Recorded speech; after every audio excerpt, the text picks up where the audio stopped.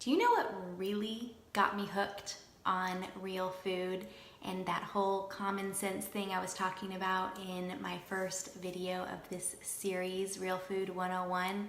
It actually had to do with what I needed to add in versus what I needed to cut out. So many times I kept hearing, okay, I've got to cut out gluten, got to cut out dairy, got to cut out all these things. But what we didn't talk about was what we needed to add in and why. And so fermented foods for me was one of those like mind-blowing things where it was like, why didn't I think of this before? This makes so much sense.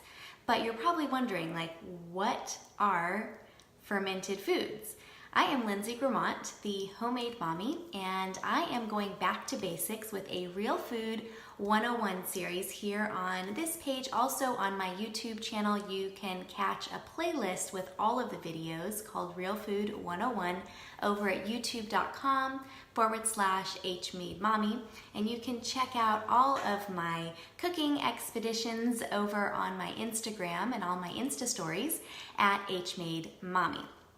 So what are fermented foods? I get this question all the time, and I'm going to provide the answer in 3 ways, okay? So this one's gonna really help you understand what fermented foods are in general, and then you can dive down into some more detail in a couple more videos. So the short answer is actually kind of funny and simple. According to Shonda Katz, the author of The Art of Fermentation, it's a really amazing book. Highly recommend it. Fermented foods are the flavorful space between fresh and rotten. Isn't that hilarious? It doesn't sound very tasty, does it? But really take note, because some of the most prized gourmet foods are actually fermented, and you probably eat some of them all the time and you don't even realize it. The process of fermentation creates really strong, awesome flavors. The process of fermenting foods isn't a new one. Evidence indicates that early civilizations were making wine and beer, yes, those are fermented, 7,000 to 8,000 years ago, and bread even before that. Yes, bread, sourdough bread is fermented. If you think about it, most cultures have their own version of fermented cabbage, or what you might know as sauerkraut. Eastern sauerkraut, Korean kimchi, Latin curtido, and the list goes on and on. These people developed these techniques out of necessity to preserve foods for long periods of time because they didn't have canning methods or refrigeration.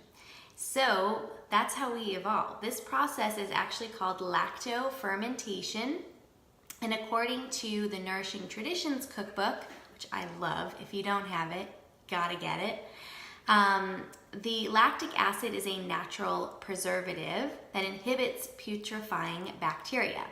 Starches and sugars in vegetables and fruits are converted to lactic acid by the many species of lactic acid producing bacteria, or lactobacilli. Where have you heard of that? Probably on your probiotic bottle, right? So what are the benefits of fermented foods? I mean, why do we even want to be talking about this? I mean, the area between fresh and rotten, that sounds disgusting. The fermentation of dairy products and the preservation of vegetables and fruits actually have benefits beyond simply preserving the food. I mean, if we have refrigeration, why do we care, right? The proliferation of the lactobacilli in the fermented foods enhances the digestibility and increases vitamin levels in the food that we are eating with the fermented food. I know, mind blown, right? So basically in English, that means that you're going to be able to digest the food you're eating more easily, and it's going to enhance the vitamin content and the absorption rate of those vitamins into your body, right? So numerous helpful enzymes are produced, as well as antibiotic and anti-carcinogenic, so that's like anti-cancer, right, substances. These bacteria promote the growth of healthy bacteria and flora throughout our intestines. Again, according to Shonda Katz, bacteria in our gut enables us to live. We could not survive without bacteria. They allow us to digest the food, to assimilate the nutrients in our food, and they play a huge role. We're just beginning to understand in our immune functioning and other processes in our body. All life has evolved from bacteria, and no other form of life has lived without bacteria. So we shouldn't be scared of bacteria, and we should really focus on getting the good bacteria into our bodies. Our bacteria perform all sorts of essential functions for us, and because we are continually attacking the bacteria in our body with lots of chemicals and toxins in our lives, simply replenishing and diversifying the population of bacteria in our body has benefit for us. Huge. I know, I need to probably explain that in better English, but the net of it is that we want more good bugs in our body, and we constantly have to replenish all of those good bugs in our body. We can't just think, okay, I'll just take a probiotic once a week or eat some yogurt and we're good. We need a diverse population of bacteria in our body, of good bacteria, to constantly be fighting the bad ones, okay? Recent research called, well, this isn't even recent. I'm actually going through one of my oldest posts from 2012. And now a lot of this is becoming the norm. But again, we're getting back to basics here.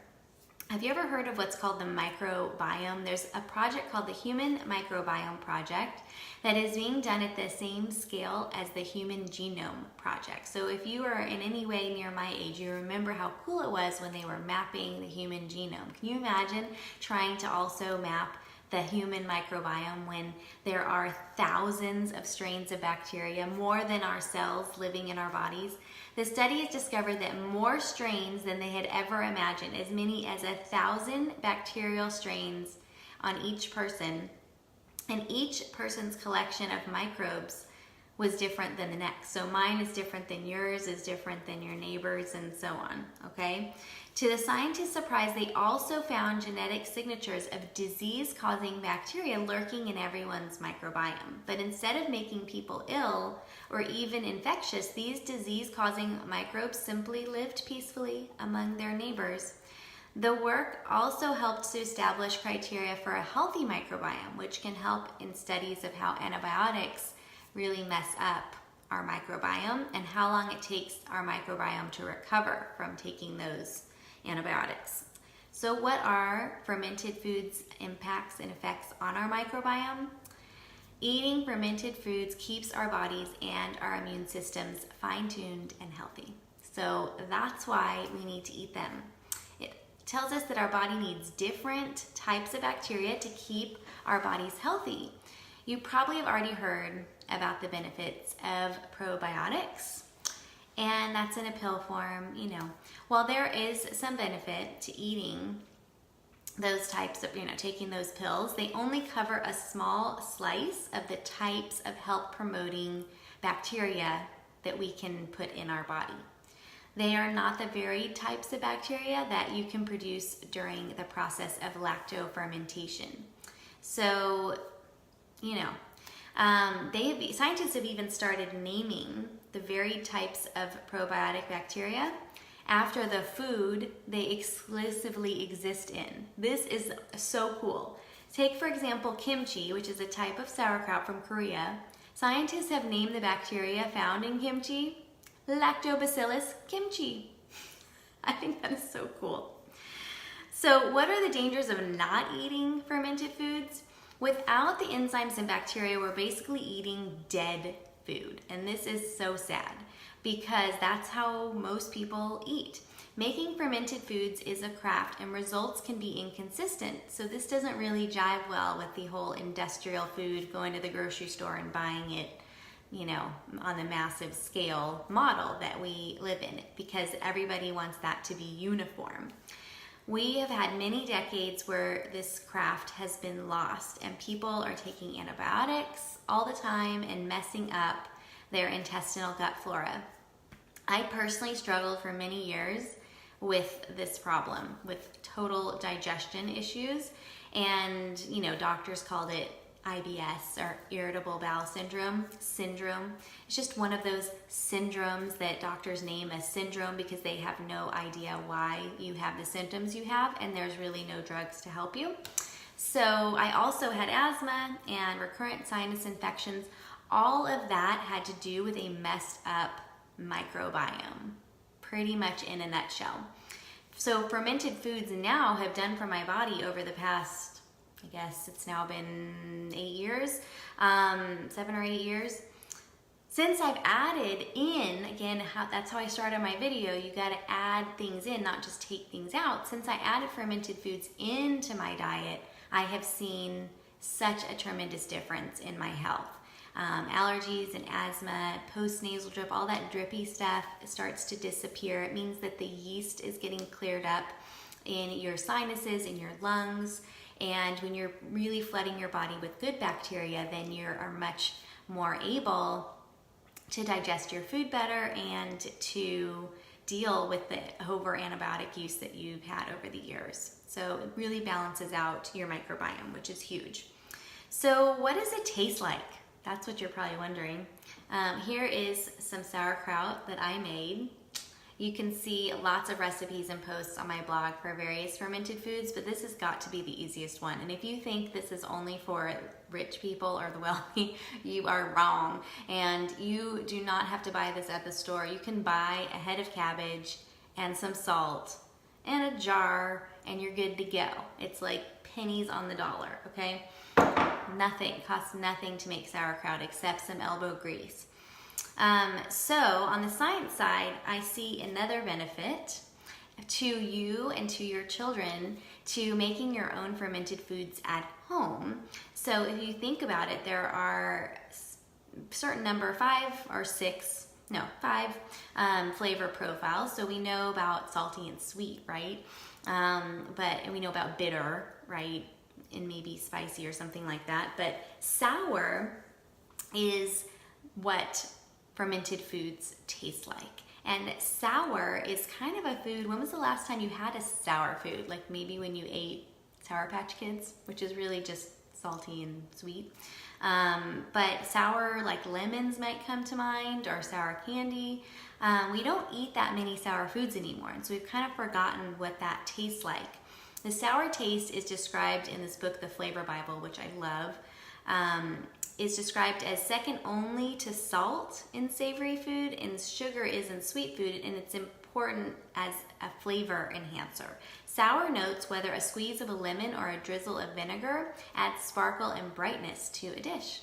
Balancing a dish's acidity with other tastes is critical to the dish's ultimate success.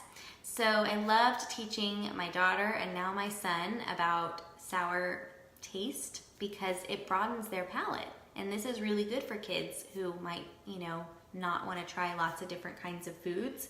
It actually broadens their palate and helps them to enhance the flavor of the other things they're eating. So it's a great thing to have with each meal because it brightens everything up and makes it taste really good. So when I'm going to introduce something new, I like being able to give them something fermented with it. So the longer you ferment a vegetable, then it gets like different flavors and it actually grows better bacteria. So with regular visits to my daughter's plate with sauerkraut and sour pickles, she has learned to eat a lot of different kinds of foods over the years. And we've introduced things like kefir, and she, it tastes bubbly. It just tastes different, not like anything else you've ever had. And there's a lot of foods that we eat now that mimic fermented foods, but they're not fermented. I mean, even soda mimics kombucha, which was like the old school, or, mead, or, beer, or whatever. But it's just not as good for you. It's just bubbly. That's it. It didn't provide any benefit. So what are the different types of fermented foods? I just showed you sauerkraut, fermented vegetables of any kind. This is fermented cabbage, and you can do all different kinds of ways, different flavor profiles, like I mentioned, kimchi or just regular sauerkraut or Latin cortado. They have different flavor profiles. And then you have fermented dairy, which yogurt is one, but kefir is another. Or kefir, however you want to say it, you can say it. And kefir kind of tastes like a milk soda. I don't know how else to describe it. You have fermented condiments. All of the condiments we used to eat, like ketchup and mayonnaise, were fermented because you couldn't keep them in the refrigerator. So you were always eating fermented foods with every meal, which helped to digest the meal and helped replenish your good bacteria. So sauerkraut, let's talk about that for a minute. As I mentioned before, it's just like cabbage and salt. You don't add water or anything, you just pound it. Pound the salt into the cabbage. There's a ratio you use. You can find that ratio on my blog. If you Google homemade mommy and sauerkraut, you'll find a bunch of different recipes. So according to Nourishing Traditions, among all of the vegetables that you can conserve through lactofermentation, cabbage has been man's preferred choice. In China, they fermented cabbage 6,000 years ago. In ancient Rome, sauerkraut had a reputation as a food that was easy to digest. Tiberius always carried a barrel of sauerkraut with him during his long voyages to the Middle East because the Romans knew that the lactic acid it contained protected them from intestinal infections. Sauerkraut also owes its reputation to famous navigators of past centuries. It was taken on long voyages and prevented scurvy in the crew because it preserved sufficient quantities of vitamin C. It's good stuff. Pickles. Let's talk about pickles. The first time I experimented with a lacto-fermented sour pickle recipe, I was pleasantly surprised to taste that it was basically a Jewish deli pickle. I couldn't believe it. These type of pickles are far less acidic than pickles made with vinegar. It is a very wise habit to eat these type of pickles with preserved meats like corned beef and pastrami because it is able to dissolve some kind of uric acid and thus prevents the formation of stones, gallstones and kidney stones that are often caused by meats and sausages. Just saying. Also condiments. I have all kinds of condiments, fermented condiments on my blog. Ketchup is a great example of a food that was formerly fermented and therefore health promoting, but those benefits were lost through large-scale production, namely giving it a sweet flavor profile that masked what was lost, which was a very beautifully balanced sour and umami kind of taste. The word ketchup derives from the Chinese and Amoy dialect, ketchup, or pickled fish brine and sauce, the universal condiment of the ancient world. The English added foods like mushrooms, walnuts, cucumbers, and oysters to this fermented brew. Americans added tomatoes from Mexico to make it tomato ketchup. Americans consume 1.5 billion bottles of ketchup per year. And the chief ingredient in the modern version of ketchup after tomatoes is high fructose corn syrup. Store-bought versions of mayo have vital enzymes that are destroyed through pasteurization. Wah, wah. When added to mayo, whey added to mayo. Whey is something that you can use to lacto-ferment. You can also add sauerkraut juice to ferment your mayo. It augments the enzyme content and it increases the shelf life of the mayo so that it's now fermented and it lasts a lot longer when you make it yourself, because probably you've made mayo yourself and you have to use it pretty quickly because of the raw eggs. But if you ferment it, it lasts longer. Commercially prepared sauces and condiments, just look at the ingredients on your condiments in your fridge right now, contain neurotoxic additives to make them taste okay and be palatable to us. MSG, hydrolyzed vegetable protein, often labeled as natural flavorings. So if you pull out your mayo or your mustard or something from your fridge and see that natural flavorings, those are neurotoxins. Okay, so make your own. Fermented foods, kefir. What is kefir or kefir? Kefir is believed to have its origins in the Caucasian mountains of the former Soviet Union. Since then, it has become a popular food and drink in Russia and Eastern Europe and many parts of the world. How is kefir different than yogurt? Both kefir and yogurt are cultured milk products, but kefir has the advantage because it actually colonizes the gastrointestinal tract with good bacteria. Yogurts merely have what's called transient bacteria or prebiotics that provide food for the good bacteria in the gut, but it doesn't give you anything new. Kefir has a long list of symbiotic type naturally occurring bacteria and yeast, about 35 of them.